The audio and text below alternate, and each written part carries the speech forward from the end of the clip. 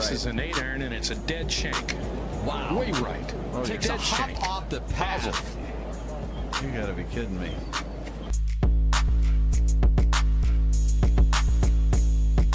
Very tough pitch shot right here. You gotta hit it into the hill, one hop up and bite, and it's in. Kind of like that.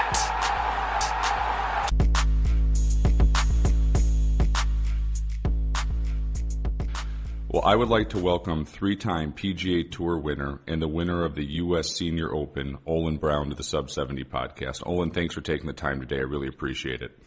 Great to be with you this morning. Well, overall, how's your game feeling this year? What are you sort of working on? A lot of majors coming up this summer for you guys in the Champions Tour. So sort of where you're at and where do you see yourself kind of going this season?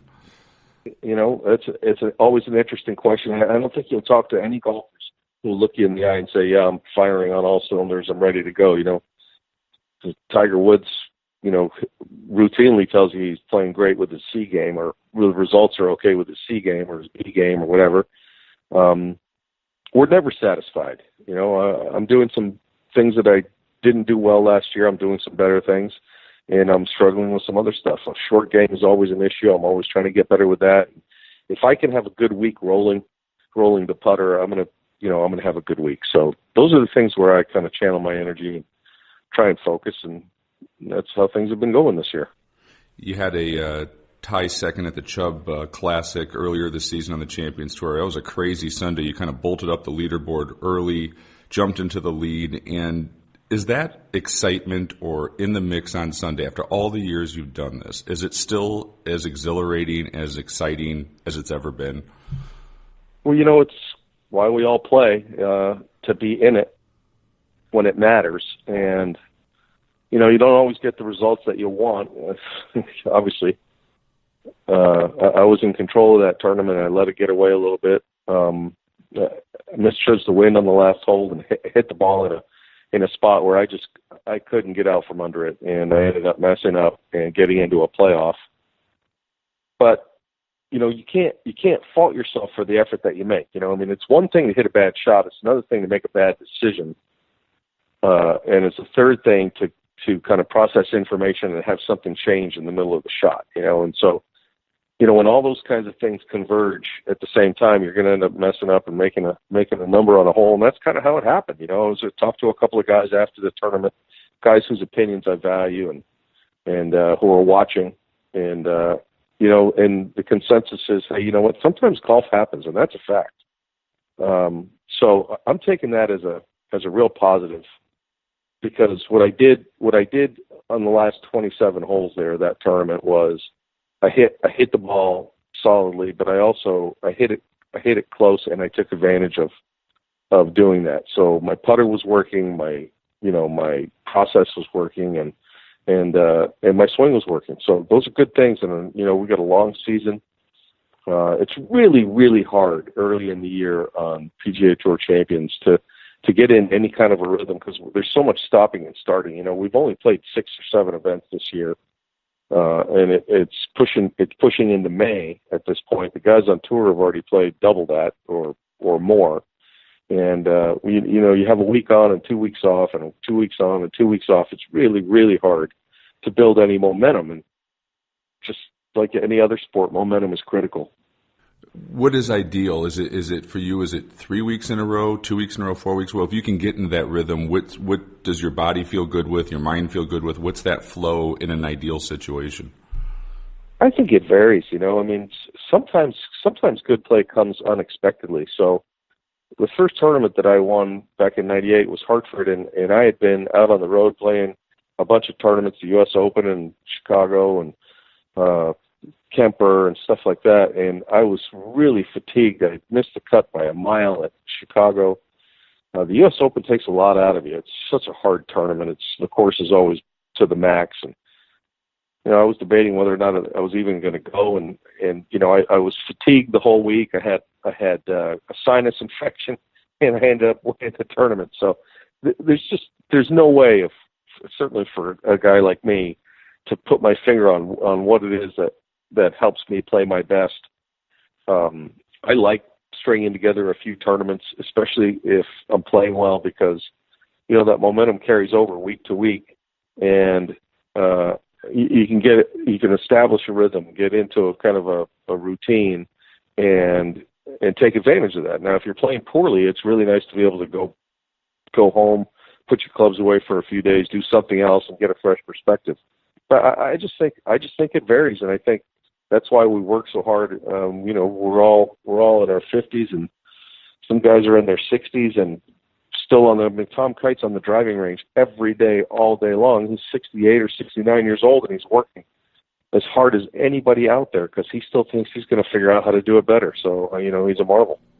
It's funny you say that. I got to spend an afternoon kind of with him by accident at the Senior Players Championship outside Chicago last year. The Champions Tour gave us media credentials, and he just let us walk with him.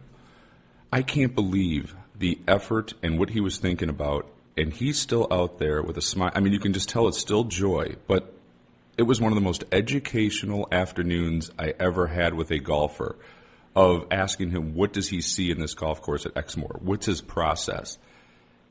Absolutely amazing, of things I never thought about, low points in the golf course, of how he's going to go out and attack it. And then when we left that night at 6:30, he's out in the driving range beating balls afterwards. His last guy on the range. Unbelievable. His commitment is extraordinary, and there are a lot of poo-pooers out there, that look over there and go, look at this guy, he's 69 years old, and go do something else. And you know what? That's not how he's wired. His wiring is, I'm in the Hall of Fame. This is the mentality that got me into the Hall of Fame. I don't have, as much time left as I would like. I mean, Tom Kite wishes he were going the other direction. He wishes he were Benjamin Button, right? Because his commitment to the game and to improving himself and his ability to compete are off the charts. And those are the things that got him to that level and have sustained him over a course of it's a 50-year career. I have great admiration for guys like that. And he truly loves what he does, and he truly loves the game of golf. And it comes out when you talk to him. I play practice rounds with him as much as I can. I really enjoy his company, and he's just one of those kind of guys that's immersed himself in the game of golf, and he's doing everything that he can to make himself better and to leave a legacy that other people would look up to. Yeah, right. I mean, we just have this little podcast that we do, and he doesn't know me anything, and he invited me and a buddy of mine into the ropes with him, and just yeah, come walk with me. And of course, we left him alone when it's time for him to do his work, but we're just walking and chatting. You could see him telling us what he's seen was not wasn't labor for him. It was joy of talking about the game of golf and what he's. I mean, I was like, he is one of the coolest guys in the game of golf I have ever gotten to meet, and he was just world class, everything you could imagine of spending some time with Mr. Tom Kite. Absolutely fantastic of what his mind sees and what he still does. And by the way, he still plays really good for almost 70. Oh no, listen, this guy's for real. And by the way, think about what a great game golf is. When a Hall of Famer who is currently competing, there's no other game like that. Football players in the Hall of Fame, a lot of those guys are really hurting. Baseball players too. Nobody else. Tennis, you need an opponent. You can't play tennis by yourself. But in golf, you got a Hall of Famer inviting you guys inside the ropes to share with you the things that he does that are identifiable as markers of his excellence during the course of a 50-year career. I just think that's an extraordinary component to an extraordinary game, and it illustrates how truly great the game of golf is. I could not agree with you more, right? For us, it was if you were a baseball fan, playing with Ernie Banks at Wrigley Field, right? We got to walk with Ernie Banks at Wrigley Field. Ernie Banks, while he could still play. Exactly. And it's not like Tom Kite can't play, right? I mean, Jay and I were like, holy cow, he would just drum me, and I'm a pretty good player. At 70, he would drum me. He's good. He's still hitting it out there, 275. He still hits it crisply. Tom spends his time working on his putting because that's the thing that makes the difference. But boy, I'll tell you what, his range work, top notch, and his ability to deliver the strike, top notch. And you can't say that about a lot of other guys. Yeah, it was certainly not at his age. No, that's what I'm saying, right? I mean, if you saw the way he hits it, you'd be like, he's 56, right? I mean, he's He can still play. He can 1,000% still play. Speaking of your game in your 50s, is there anything you do now in your career, or say through your 50s, even better than you did in your 20s and 30s? Is there any components that have actually gotten better with time? I suppose you lose a little bit of the edge, and I'm saying that in a positive, not in a negative. So I don't get bent quite as quickly as I used to. If things go sour now, I can still get heated out there, but the truth is that maybe my edge has been tempered a little bit so that I'm willing to accept some things a little bit more readily than I was before. I mean, I think that guys who play this game, especially it's an individual sport, right? And golfers are basically self-starters. You have to have a little bit of an edge to you. You have to have a little drive and a little push, and sometimes that manifests itself in irritation or I don't know if I'm nailing it down right now, but I guess I'd have to say that patience is a little bit more a factor in my approach to what I'm doing. I don't expect some of the things that I expected when I was 30 years old. On the other hand, the game is so challenging that you learn the hard way through your experiences, what works and what doesn't work, and you try and take that with you along the way, and those are the ways that you improve in the long run. We kind of talked about this with some guys like Tom Kite still just working their rear ends off out there, but the vibe on the Champions Tour, is it a little bit more relaxed than it was on the PGA Tour? Is it another glass of wine with dinner, or is that a facade and the reality is you guys are out there working as hard as you've ever worked to stay competitive on that tour? I don't know. I don't think I really need to answer that question. I think you already know the answer. I think there are people who would like to advance a story that the Champions Tour is this chummy get-together. And, it's guys who have known each other a long while, and in a lot of cases they went to school together, competed in junior golf or whatever. And there's certainly an element of camaraderie out there. But there is on the tour. You've seen it with the young guys now, too. But the window of opportunity is closing, and everybody who gets to the Champions Tour understands that. So when you're 25 years old, you're not thinking about, your sports mortality. So you're not worried about, your window of opportunity. You get to the Champ Tour, it's like a new lease on life. But boy, I'll tell you what, that window's about 10 years. And if you're extraordinary, it might be 14 or 15 years. If you're Hale Irwin, who's 73 years old, who's still playing occasionally, or Tom Kite, who's going to be 70 or whatever, Tom Watson, those are the guys who are, the one percenters of the one percenters, right? I mean, those guys are the elite of the elite of the elite. So, I mean, I think there's an appreciation, let's say, for our ability to continue to compete at the highest level. And by the way, Champions Tour is widely disrespected in the sports world for how good the guys are. I mean, there is, like I said before, there is nowhere else that you can go out and watch current Hall of Famers competing at that level. And there's an influx of fresh new blood every year because guys are constantly turning 50, and the battle, you're waging against Father Time to try and stay current and be able to stand up against the new guys coming out, the longer hitters and the guys who had these incredible Hall of Fame careers on the PGA Tour. It's pretty tall order. So the idea that everybody out on the Champions Tour is just yucking it up, having a good old time and having an extra cold one at the end of the day, it's not really very accurate. Guys are out there grinding, working our butts off, and, want the thing to last as long as possible.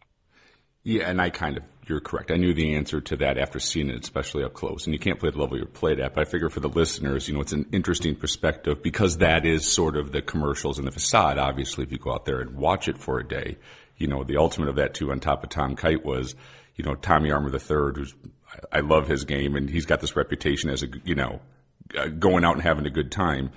No, he was also still at the driving range after playing all day with Bernhard Langer when we left at 6:30, pounding drivers 300 yards down the range. So, even those guys that you think kind of have this, reputation, or at least probably back in the day, that they could go out and have a good time and still play good golf, grinding his rear end off. So I was surprised at how much time and effort, all of the players put in for that day when we were out there. I kind of knew it, but I always figured it's interesting to ask your perspective of, you guys were out there and doing it, and how do you view it and how do you see it? And like I said, the evidence showed to me that there's a hell of a lot of work to go into play that level of golf. And I agree with you, by the way. If people think the Champions Tour is, a walk in the park, go play Exmoor Country Club where VJ shot like 15 or 18 under par or whatever it was from 7,200 yards, set up for a major championship, and go see how difficult that would be. Yeah, what a great course too. Exmoor, you mentioned this. It was one of the better courses that we played over the last. Well, I've been 10 years on the Champ Tour now, and so old Donald Ross layout. I mean, It's just a wonderful, wonderful layout with a lot of terrific holes on it, and it was a real treat to be invited onto their property and enjoy. The variety, those old school courses, they got dog legs at the right places. They've got short par threes, they got long par threes, they got par fives you can reach, they got par fives that are brutal. It's just, one of those kind of golf courses that has asks every shot in your bag. And we frankly, they don't design them like that anymore. We don't play enough of them. Anyway. But I didn't see what VJ shot that week. When I was walking the golf course, I thought maybe 8 or 9, 10 under might win this thing. Well, by the way, and he nipped Jeff Maggart by a shot. I mean, I think Mag shot 56 or something like that on Sunday. It was a shootout. It came down to the wire, and VJ had to make almost he won in a playoff, did he? Yeah.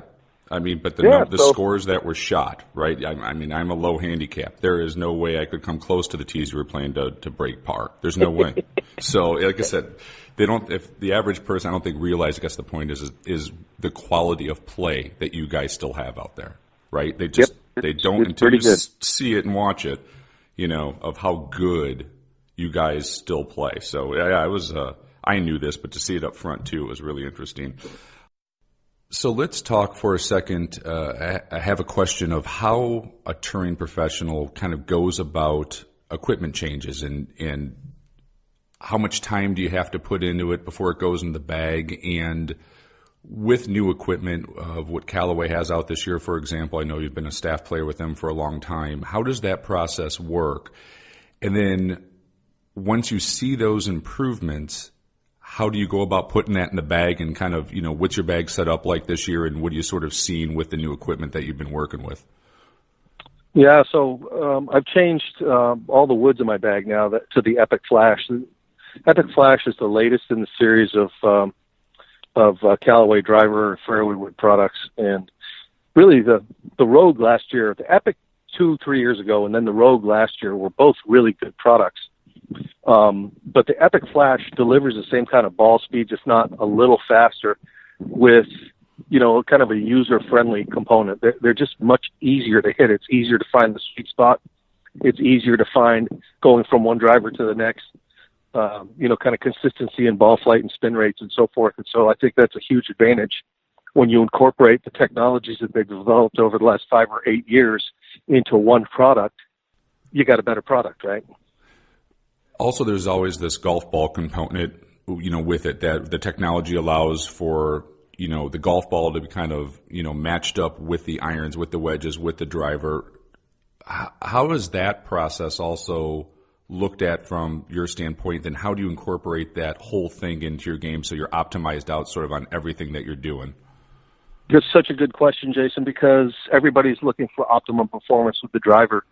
But in reality, you use the driver less than 14 times around. You got 4 par threes, and you got 14 other holes, and on maybe 2, 3, 4, 5 of those holes, you may hit a 3-wood or an iron off the tee. So what you want to do is you want to build your performance from the green to the tee, not the other way around. And everybody's enamored with the driver. They're chasing optimal, right? When in fact functional is what we should all be working towards. So I learned that lesson a few years ago, and I try and find a ball that feels best when I putt, chip, and hit iron play, and then I match my driver to that. And that, again, is the advantage to new technologies, is you're able to do that now. And it shows how important it is, even for the average golfer or the trained professional. Go get custom fit for your equipment and go get fit for your golf ball as well, and then try to match that up so you can actually go out there and play your best golf. Well, it's so important, and it's something that's not talked about a lot. We're all just looking to hit it 350 off the tee, and I wish I could. And if I could, maybe things would be different. But the reality of it is that, look, you want to be able to control. You want to be able to control the ball as much. You want to hit as you can. You want to hit the driver as far as possible, but you got to be able to find it. It doesn't do you any good to be a long drive guy who hits it 2 balls in play out of 10, and the other 10 are in the water or in the weeds, right? So let's find a product that delivers all the things that you want: consistent ball flight, consistent spin, consistent departure lines, trajectory and direction and so forth. And then when you do that, and with the new technology, and in particular with this Epic Flash, I think a lot of guys are switching to it. People are finding an ease of doing so. Well, let's talk Masters. We just saw one for the ages, and you won them in your 40s. So you've been there what Tiger did, and you won on a real big stage in your 40s. So first off, your view of him winning a major in his 40s as someone who has won, and where do you kind of rank this Masters in the history of the ones we've seen? Yeah, it's a great question. So everybody who loves golf or who's immersed in golf knows exactly where he was or she was in 1986 when Jack won Green Jacket at age 46.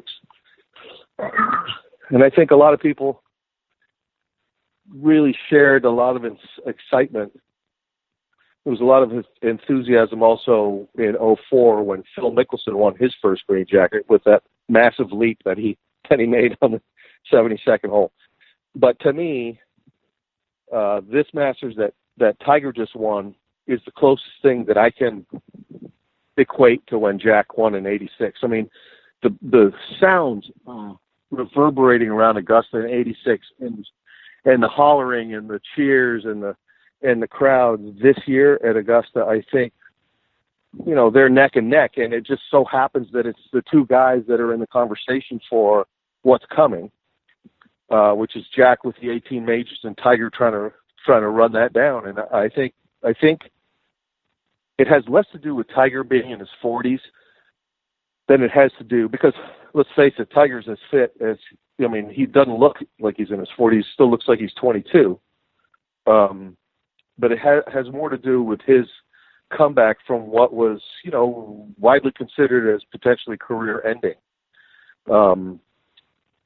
With his back surgery. You hate hearing the stories about what guys go through when they get back surgery. It ended Lee Trevino's career, and, it cost a lot of other great players their careers. So to have Tiger respond with all of the doubt, and with him, openly declaring in public that he wasn't sure how soon he could come back, if at all, and so forth.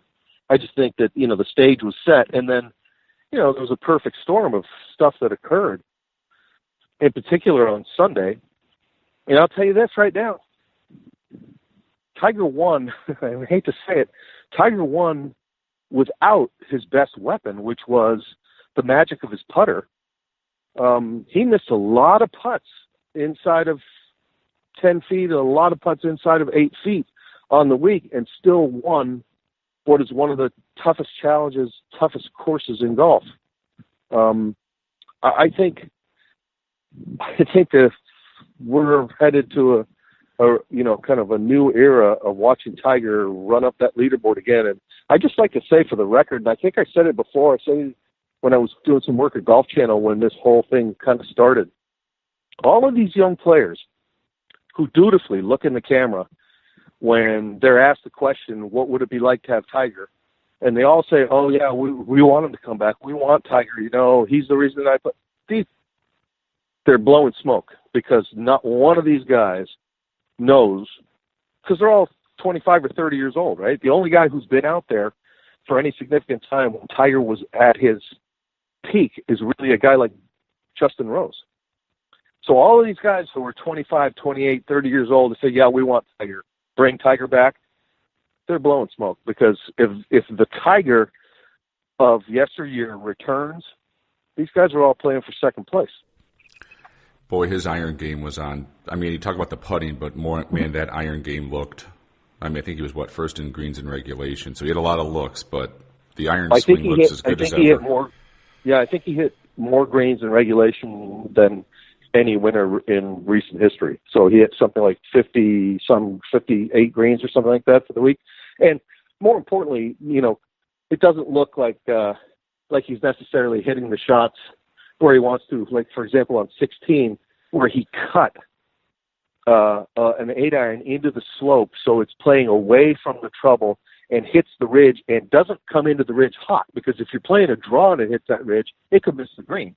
So he's cutting it against the ridge that kills it, and it lands softly and then dribbles down, almost goes in, and he has a 3-footer for birdie. Well, it was, you didn't see anybody else whose ball didn't go in the hole get closer than that. So he's hitting the appropriate shot for the moment, and that's just, it is great to see, because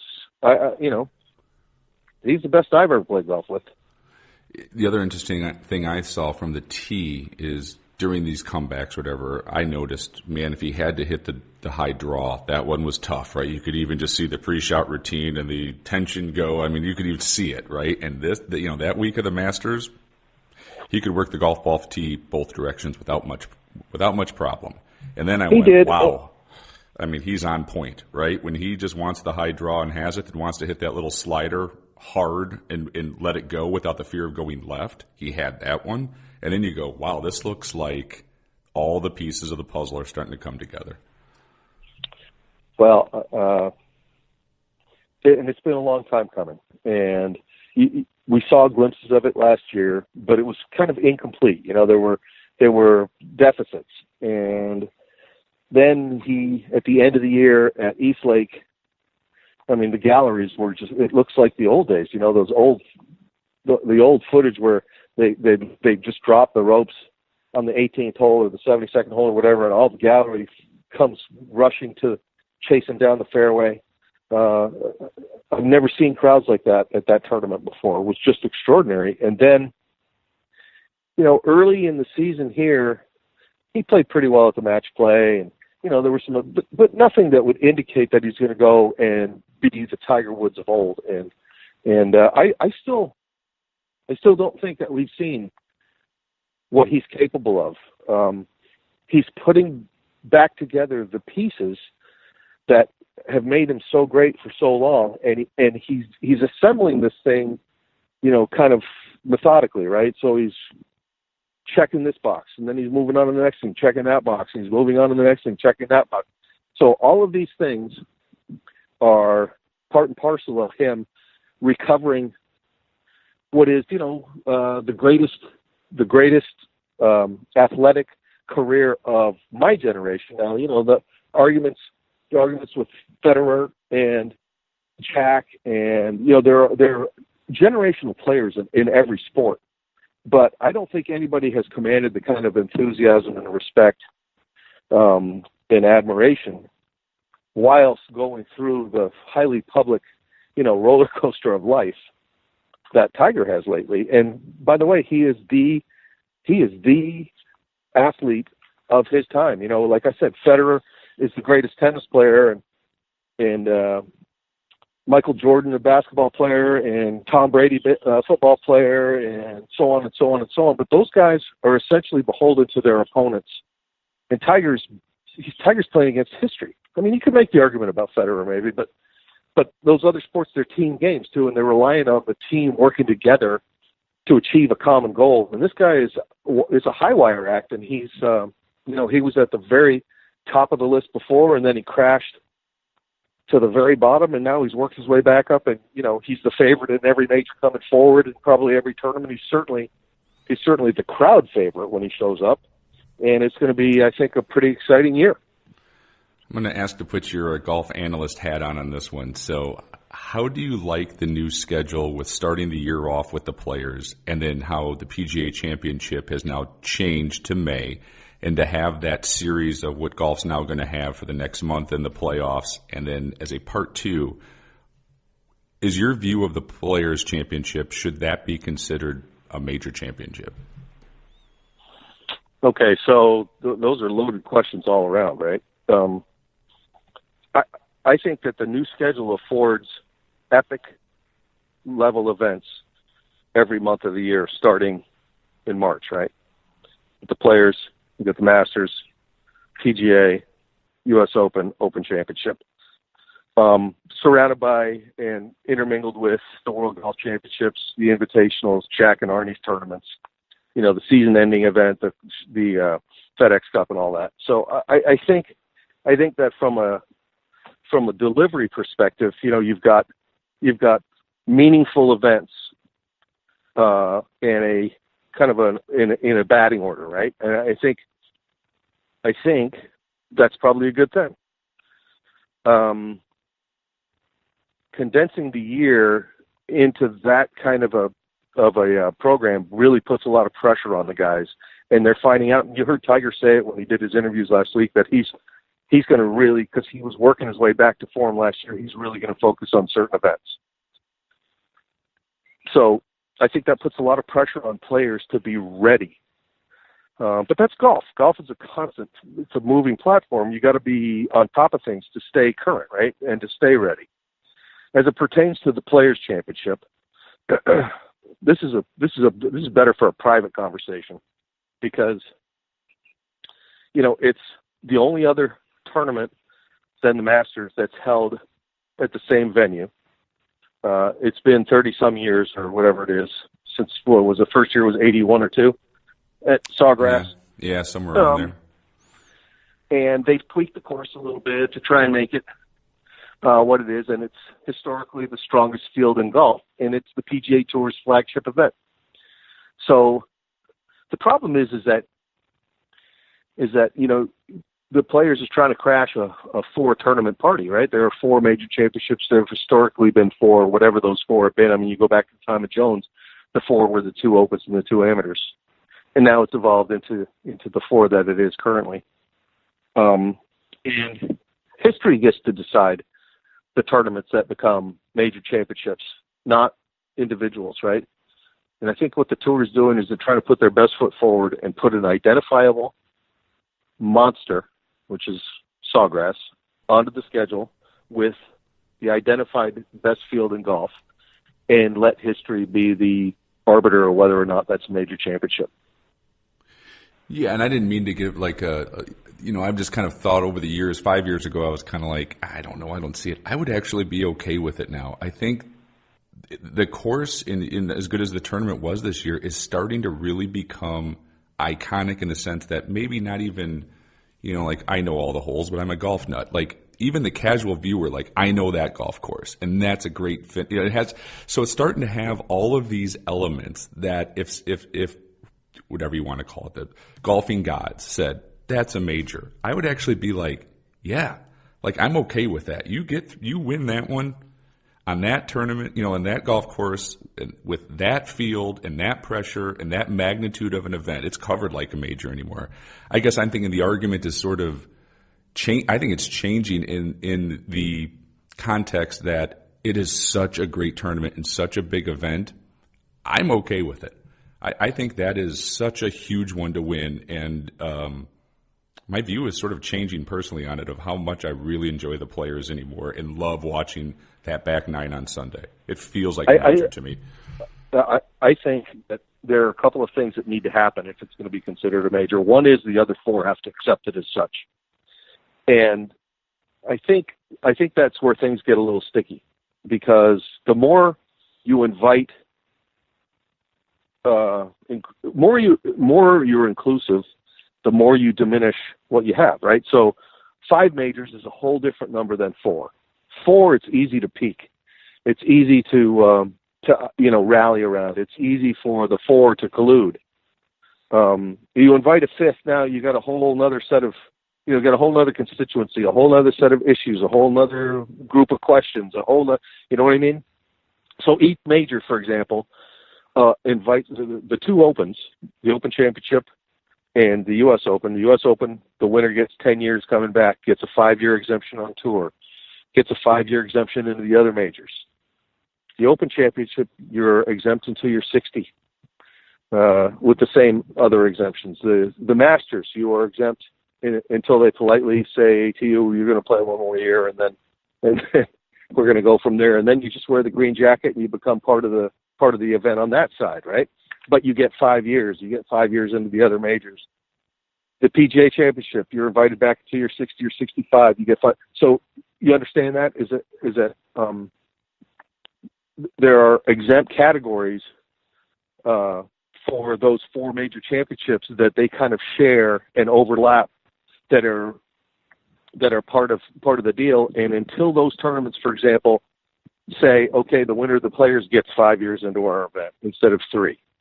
The winner of the Players gets to come back until he's 60 years old instead of just, you know what I'm saying? So there has to be some evolution in eligibility that would elevate it in the players' eyes and in the public's eyes to say, okay, you're on a level with. And that's just one part of it, right? So I don't know. It's an age-old question. It's certainly an enormous event. It's the biggest purse in tournament golf.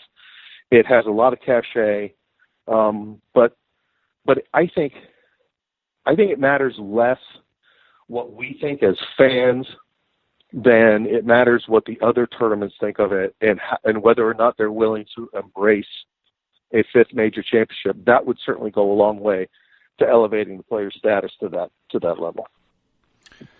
Yes, interesting. I never thought about down to that next level, right? I guess I was just, it's an interesting debate. It's interesting for golf to have that debate, but you make some very valid points of the other ones are going to have to bring it into the fraternity per se to probably make it a realistic option, but we'll see over time what happens with it.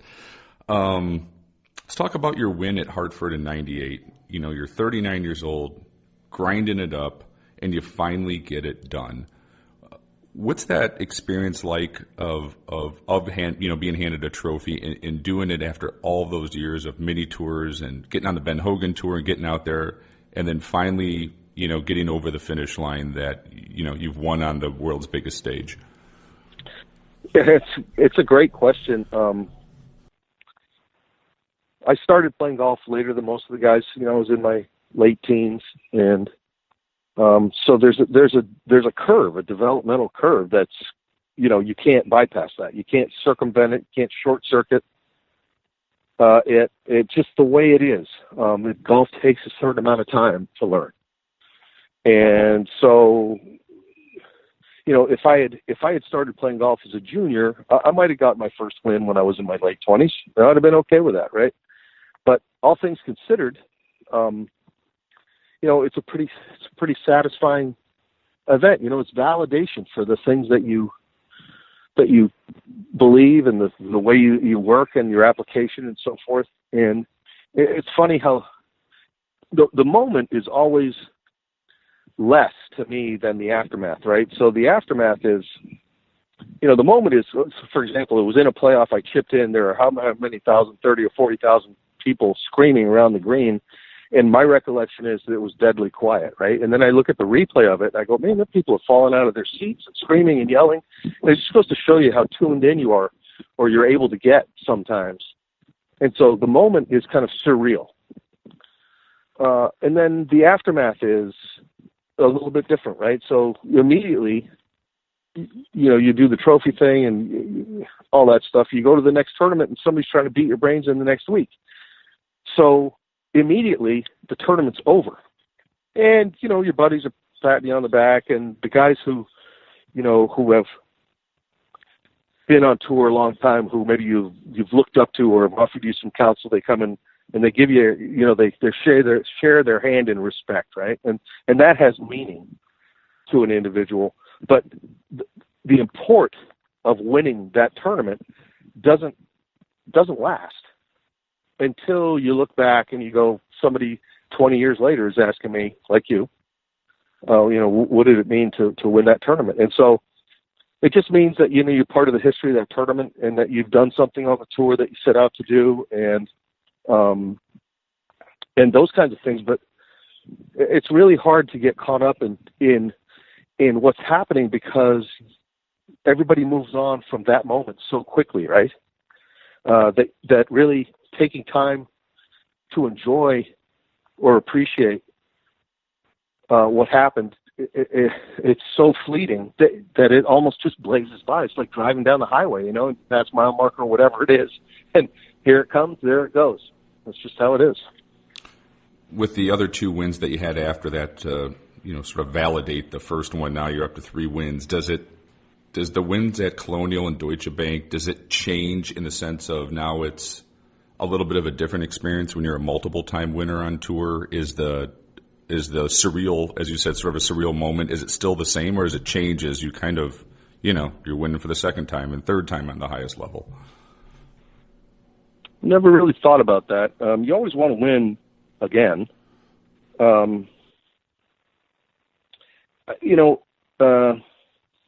I've always been a look-forward guy, not a look-back guy. So, I don't even know where my trophies are. They're somewhere in a room somewhere or in a closet or whatever. It's not. That's not why I've enjoyed the game. I enjoy the game because of the process is so demanding, and it makes you sit up and take notice all the time. And any little glitch in the system can send the whole thing careening out of kilter, right? So it's great to win the tournaments, but the tournaments themselves, to me, aren't they're validation for the work ethic and the commitment and so forth, but they're just part of the process. They're what people see on Sunday night or on Sports Center, or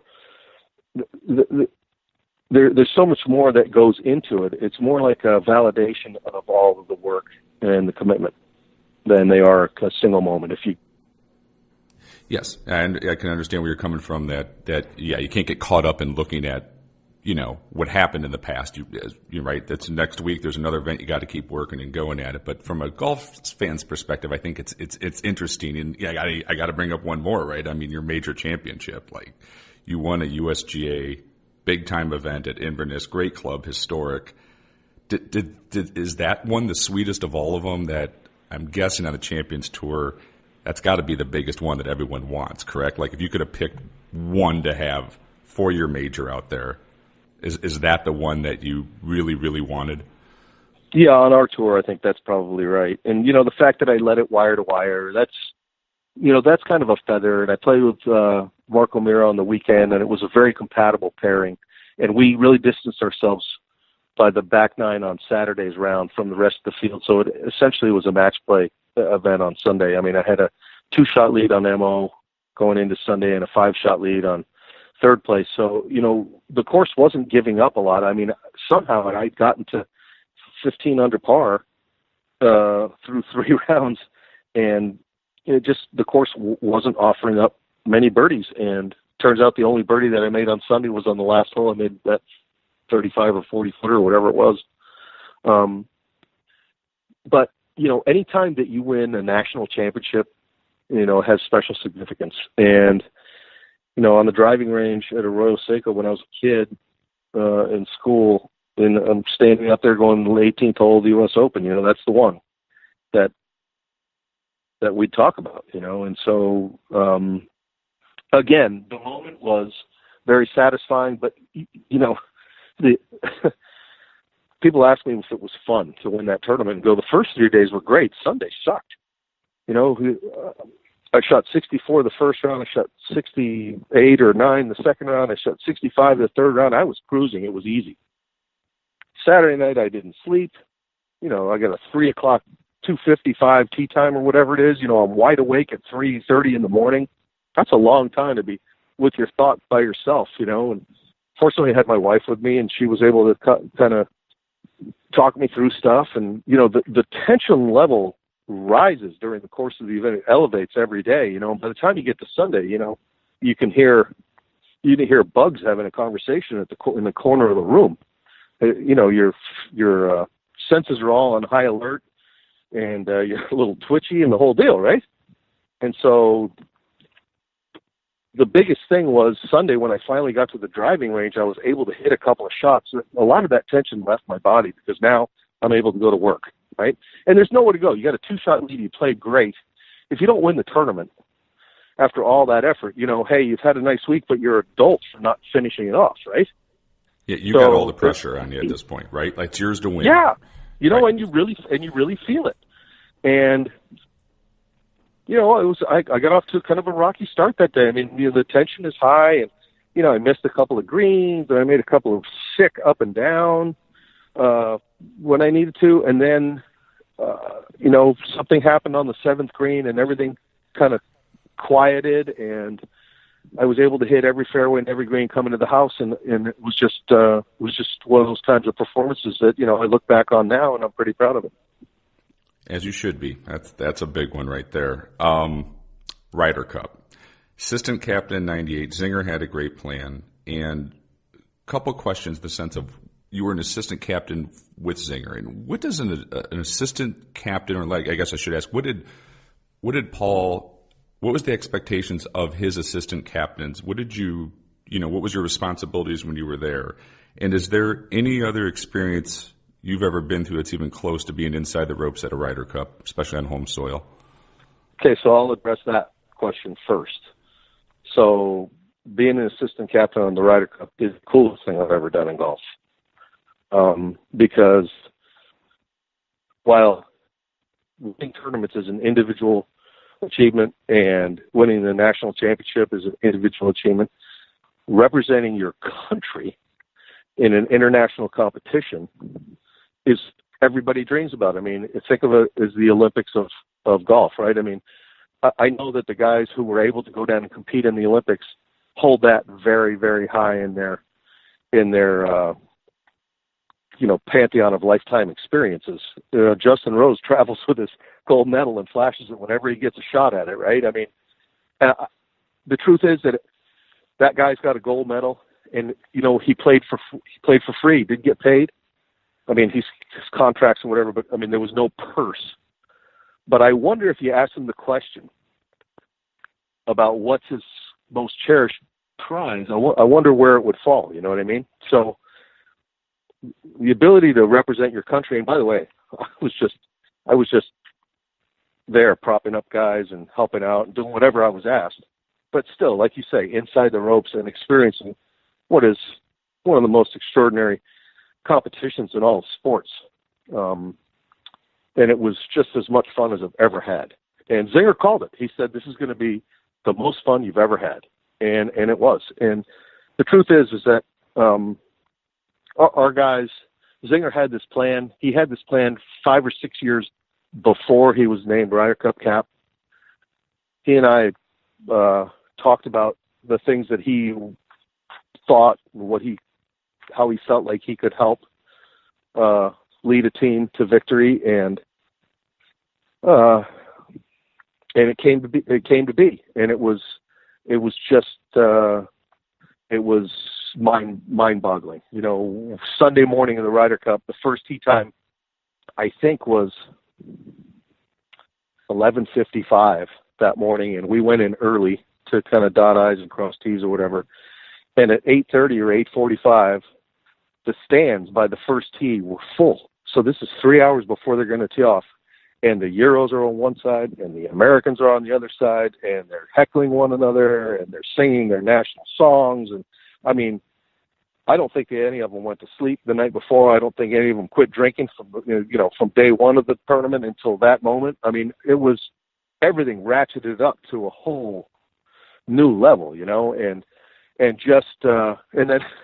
then the guys start teeing off, and you've heard the stories, with Anthony Kim and Sergio on the first green, or Bill Weekley leaves doing his Happy Gilmore, and I was standing right there when Boo was teeing it up, and I don't know if anybody's ever touched on this before, but I looked at Zinger and I go, why is Boo smiling? Boo was smiling. It was premeditated.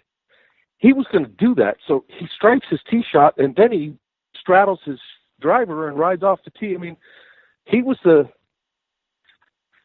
kind of like the court jester that week, and kept everybody loose, and the team really responded. The Kentucky boys, J.B. Holmes and Kenny Perry, played awesome golf.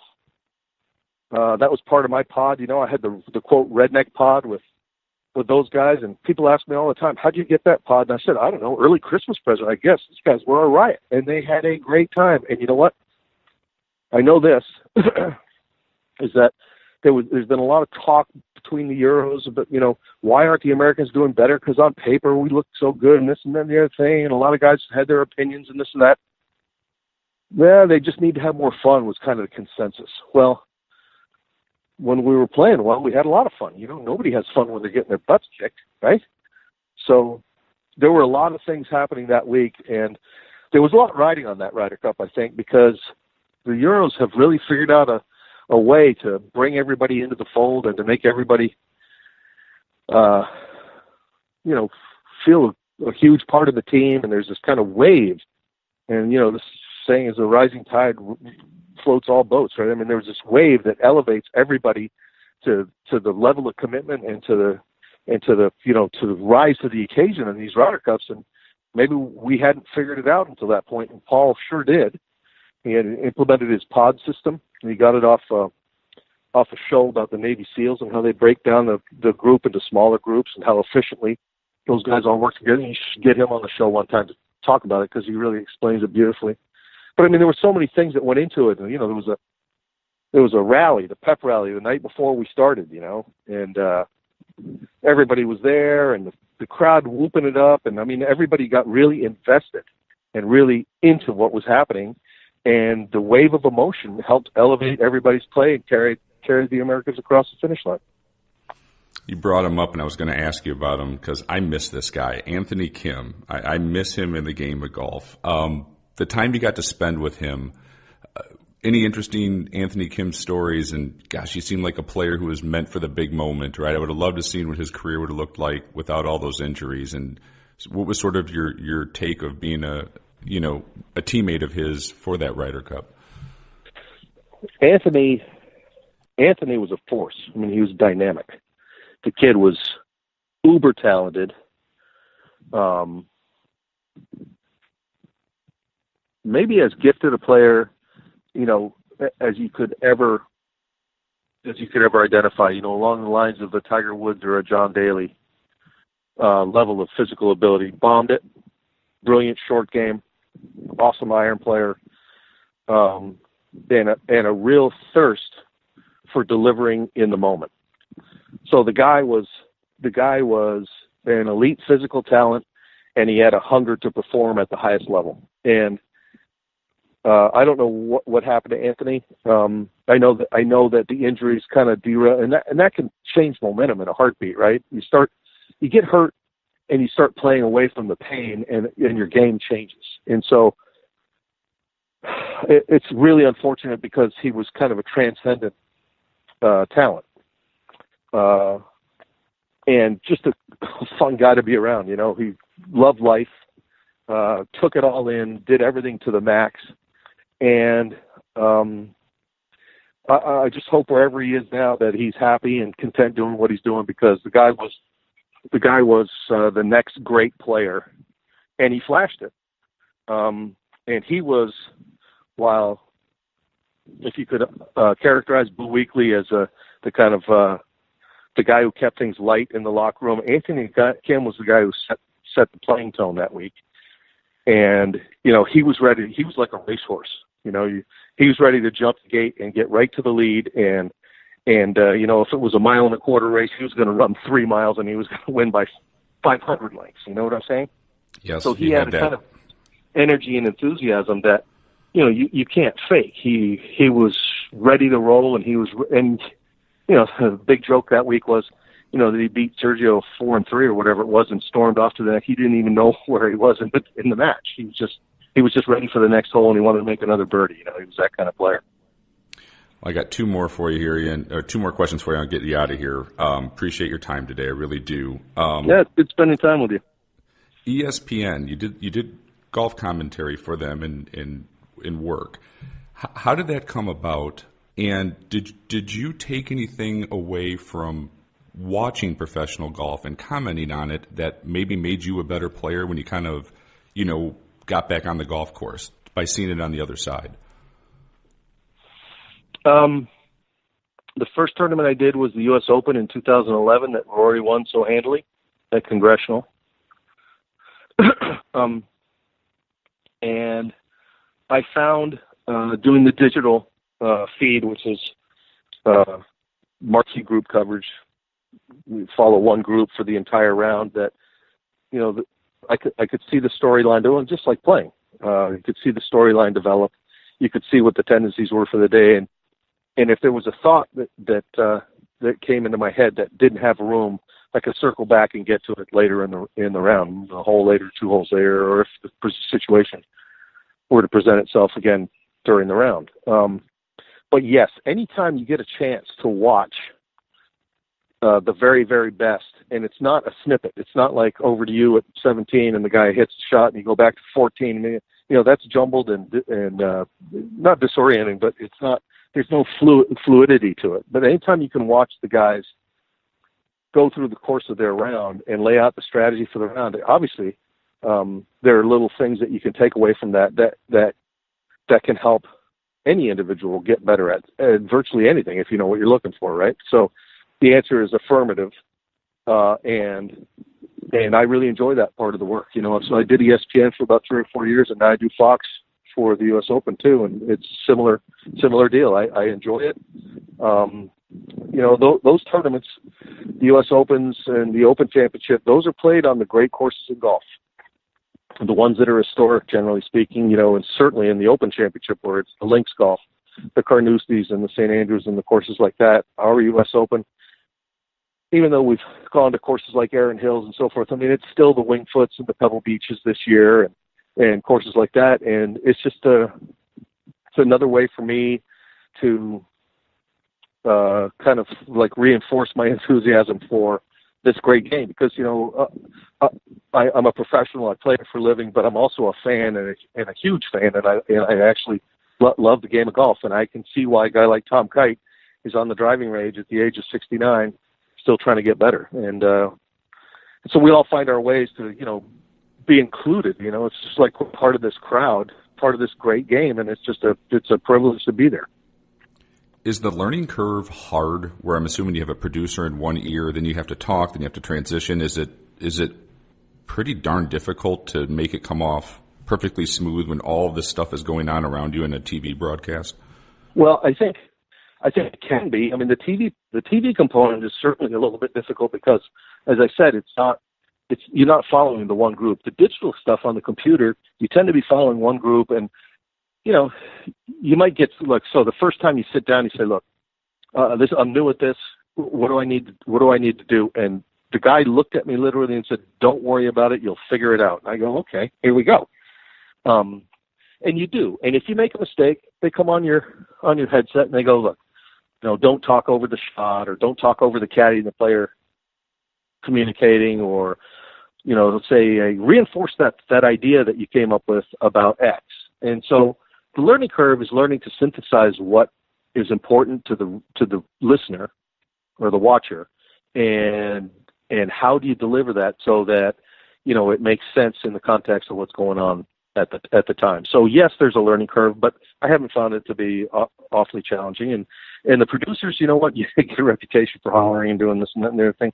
You know what? Everybody's trying to put forth the best product that we can, right? And so it's never like a disrespectful thing or anything like that. It's a heat of the moment. Hey, let's get this right. We're delivering a product, and let's make sure everybody enjoys what we're doing, type of thing. Last one I have for you. Your son, Olin Jr., is also a professional golfer. So my first question is, can the old man still beat the kid every now and then? And then I have 2 boys, so I'm a dad with this, so I kind of always have wondered about this as my kids are still small. Is it hard to play dad, and especially with the level that you've played at for so long, potentially coach as well? Because you've been in all these experiences and seen all this stuff, and does the son want to hear it from dad, even though dad has the credentials to, speak up because he has seen everything? How's that dynamic sort of work? Yes and no to all of the above, so if I beat him, it's because he didn't play as well as he could play. These young kids are so talented. They all hit it 300 yards. They all have great short games. They can all, it's just, The modern game, right? They just the modern game. I mean, it's just right. It is what it is, and everybody looks at me and said, if you'd have grown up with this equipment, you'd be doing that. And I'm going, I don't think I would. You know, he's more limber than I am, more limber than I ever was. He started playing when he was a kid. You know, I never had that advantage. If I had been playing as a kid, maybe I would have developed a different skill set. But he's very receptive. We work together a lot, and he also wants to keep his dad at arm's length. He wants to put his own thumbprint on what he's doing, and it's a little bit of a tightrope because yes, I've seen some of the things that he's going through. On the other hand, there are a lot of things that you go through as a golfer that it doesn't matter what somebody else says to you. You have to experience it before you understand what it means. And so, you know, I try and help. I try and offer help. I try and back off when he asks me to back off. And I try and pump him up when he needs it, and I try and give it to him when he needs a talking to. So, you know, those are all those things. But it's very, very difficult as a father to be a kid's coach because the kid can never have ownership of something if the father is always there. So, I mean, you see it in these tennis kids all the time, right? Especially with the girls. Some of the fathers are a little bit much, and they have to be removed by the federations or whatever. You see it in golf too now, but it's so important for kids to be able to stand on their own feet. And golf is a funny game because you don't have coaching on the 16th hole of a championship. There's you and your caddy, so your caddy better damn well know what you're doing, and you better have a good understanding of what you're doing. But you can't look into the stands to get your coach to give you a tip at that time. First of all, it's not allowed. Second of all, the coach is probably 600 miles away doing something else, maybe watching you on TV. It just, you have to be able to take ownership for what you're doing. So the important thing about golf, and I think this is universal, every single golfer has to be able to fix a problem on the fly and has to do it himself. And so what you try and do is instill the idea that in a kid that he's good enough, and whatever he does, he just has to find his own way and fight through on his own, and that's just the way it is. It's a lot like life in that regard. Well, Olin, I truly enjoyed the conversation today. Thank you for taking the time out of your busy schedule. You have a lot I knew it was going to be a good podcast. You have a lot of great perspective of everything you've seen in the game, and I really, really appreciate your time, and thanks for being with us today. Jace, it's been a pleasure. Thanks for inviting me. I hope you'll do it again sometime.